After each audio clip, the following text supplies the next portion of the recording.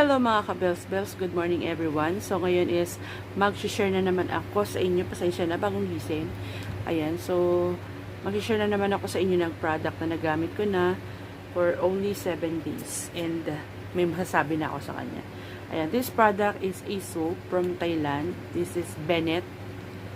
I don't know kung narinig nyo na siya, pero may mga good reviews to na nakita ko and might as well try ko. So, yan. This is Bennett.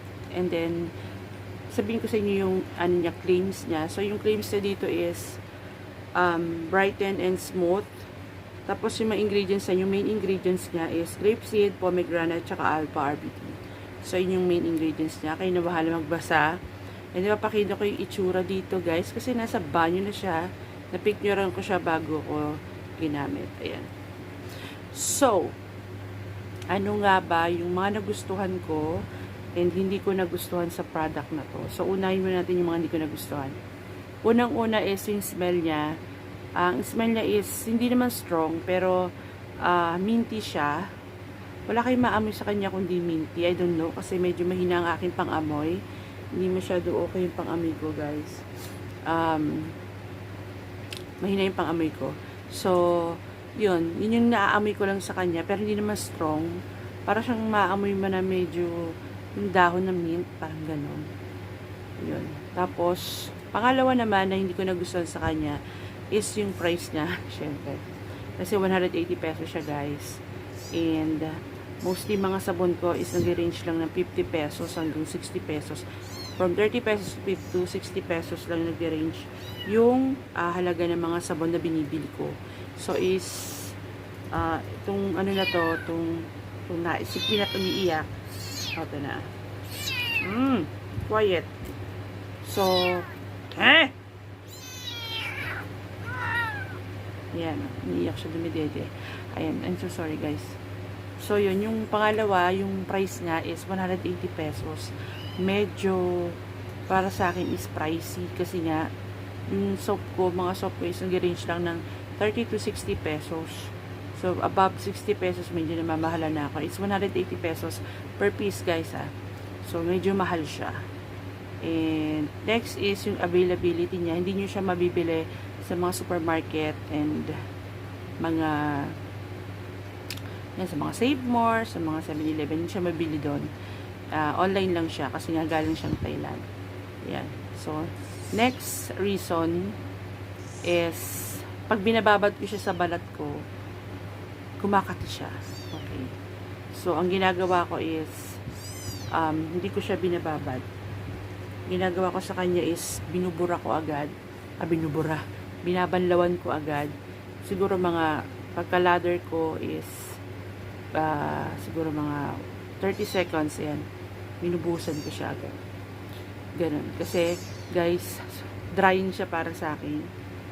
Drying siya kasi after mo siyang banlawan, parang siyang namumuti yung kulay niya. I don't know, basta ganon. Ewan ko sa iba, ha, kasi very sensitive ang balat ko. Hindi na ako pwede talaga sa mga whitening soap. So, tinaray ko to kasi meron siyang smoothing effect. Kaya sa nabasa ko, ayon sa mga napanood ko, meron siyang smoothing effect. Pero sa akin, I don't know kung bakit ganon. So, next is, ano naman yung mga nagustuhan ko sa sabon na to. Unang-una nagustuhan ko sa kanya, mga ka-bells, sobrang bula niya. Okay? Isang pahit mo lang sa kanya, tapos kuskusin mo siya ng isang beses, grabe, bulang-bula na siya. And dahil mabula siya, yung pangalawang gusto ko sa kanya, sobrang tipid niya naman gamitin. Kahit naman mahal siya, matipid siya gamitin, siguro maglala siya sa iyo ng for a month, isang peraso na yun. Ano kasi siya square siyang ganyan. So, maglala siya ng month and mabula. Yan, yung gusto ko sa kanya. At lastly, nagustuhan ko sa kanya is nakaka-lighten talaga siya ng balat. Though, 7 days ko palang ginagamit. Pero for me, parang feeling ko nag-extra glow ako, nag-extra lighten ako, kahit hindi ko siya ibabad sa balat ko. Kasi, usually guys, nagbababad ako sa balat. Ditong mga huling araw, nagbababad ako ng sabon yung olive oil. na sabon na ginagamit ko. Binababad ko siya kasi nga super ganda niya sa balat ko, hindi ako nangangati whatsoever. Dito nangati ako kasi nga siguro nga whitening siya. Kasi usually pag whitening kumakati siya. Di ba pa nagbi-bleach tayo, nangangati yung balat natin, sabi nag-e-effect na raw yung product. Siguro ito yung dahilan kung ba't nangangati ako, nag-e-effect yung product sa akin. And guys, parang nagkakaroon siya ng micro ang tawag yun? Micro feeling. O, parang may nakikita ako, hindi ko lang kung makikita nyo. And kasi medyo hindi makikita. Meron siyang micro feeling. Hindi ko siya nilalagay sa face ko, guys. Ang nilalagay ko sa face ko ngayon, mga ka-bells, yung coco cream. Grabe, ang ganda niya as moisturizing. Kung napanood yung video ko, before ng coco cream, yung Doc Apo Coco Cream. Ayun, yung cream na yon. Kung napanood nyo, hindi ko nasabi doon na grabe, ang ganda niya sa mukha. Nilalagay ko siya sa gabi pag natutulog. And then pag umaga, grabe, ang labot ng mukha ko and parang naglighten lalo yung face ko. Yan, tingnan nyo. Naka-blue ako ha, hindi ako naka-black. Kasi usually pag naka-black ako, lalong naglalighten yung balat ko. Pero pag ibang kulay, katulad dito, nangingitim ako. Pero hindi ako maitim, diba? Hindi ako maitim tignan ngayon. Kahit ang kulay ng damit ko is blue. O yan. Pag sky blue. Shh! Maingay! Yeah. So, yun mga ka-bells. Recommended ko ba itong product na to para sa inyo? Kung may budget kayo, why not? Pero kung wala kayong budget, mag-stick to na lang kayo sa mga products na ginagamit nyo na kahit mabagal yung effect is nakikita nyo pa rin yun naman yung effect niya sa balat nyo. Kasi itong product na to, sa tingin ko, maganda siya.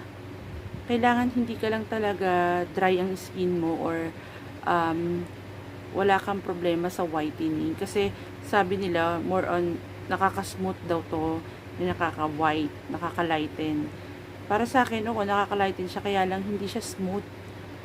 Hindi siya smooth para sa akin kasi yun nga, nagda-dry yung balat ko. Okay, so yun lang. Yun lang mga ka-bells, sana may natutunan kayo sa video na to, no? Kahit kagigising ko lang. So, yung mga ka-bells, kung meron kayong mga tanong, just comment down below. Bye!